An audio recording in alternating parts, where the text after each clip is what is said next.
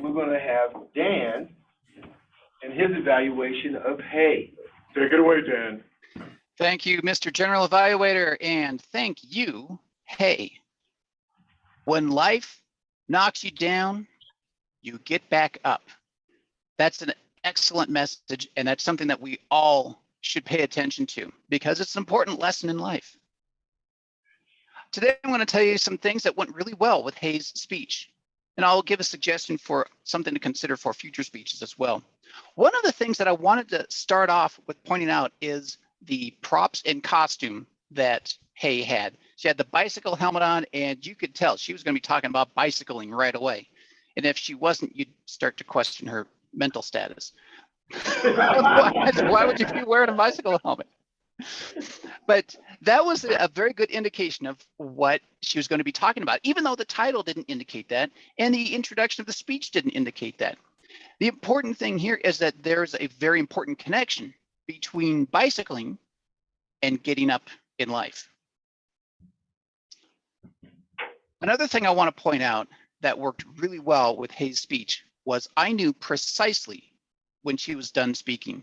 She had a great conclusion. She was wrapping up, she was tying everything back to the theme, and she talked about how just you got to get back up. And that's how we knew that she was done. That's an important part of presenting a speech, because if the Toastmaster, for example, doesn't know that you're wrapping things up and you're going to be done, you're going to stop talking, and it's going to be very silent. People are going to be saying, "What is she done talking? What's going on here?" So I appreciate that about your speech.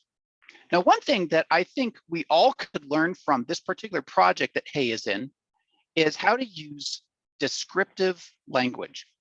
And Hay did use some descriptive language. She talked about, for example, how she fell off of the bike and had bloody hands and scraped up knees, and it was just a mess because she fell off the bike.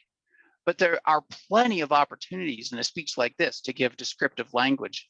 When you talk about Park City, Utah, you can talk about the tall, craggy mountains and the azure blue skies, and you could see only one tiny little fluffy cloud way off in the distance. That's all you could see in the sky. Or the red dirt, how sometimes it's soft when you hold it between your hands, but there are times when it's hard and crumbly and it hurts. And then you can go into how you fell into it and you got to meet that dirt firsthand. There are plenty of examples, or opportunities rather, where you could give descriptive language in a speech. And this doesn't have to apply to just Hay's project here. This applies to any speech that we give. All in all, this was a great speech. We could hear every word that Hay was giving. She presented it very well. She gave great gestures and vocal variety, and also had some good chuckles in there as well, which was part of the project. Mr. General Evaluator. All right. So please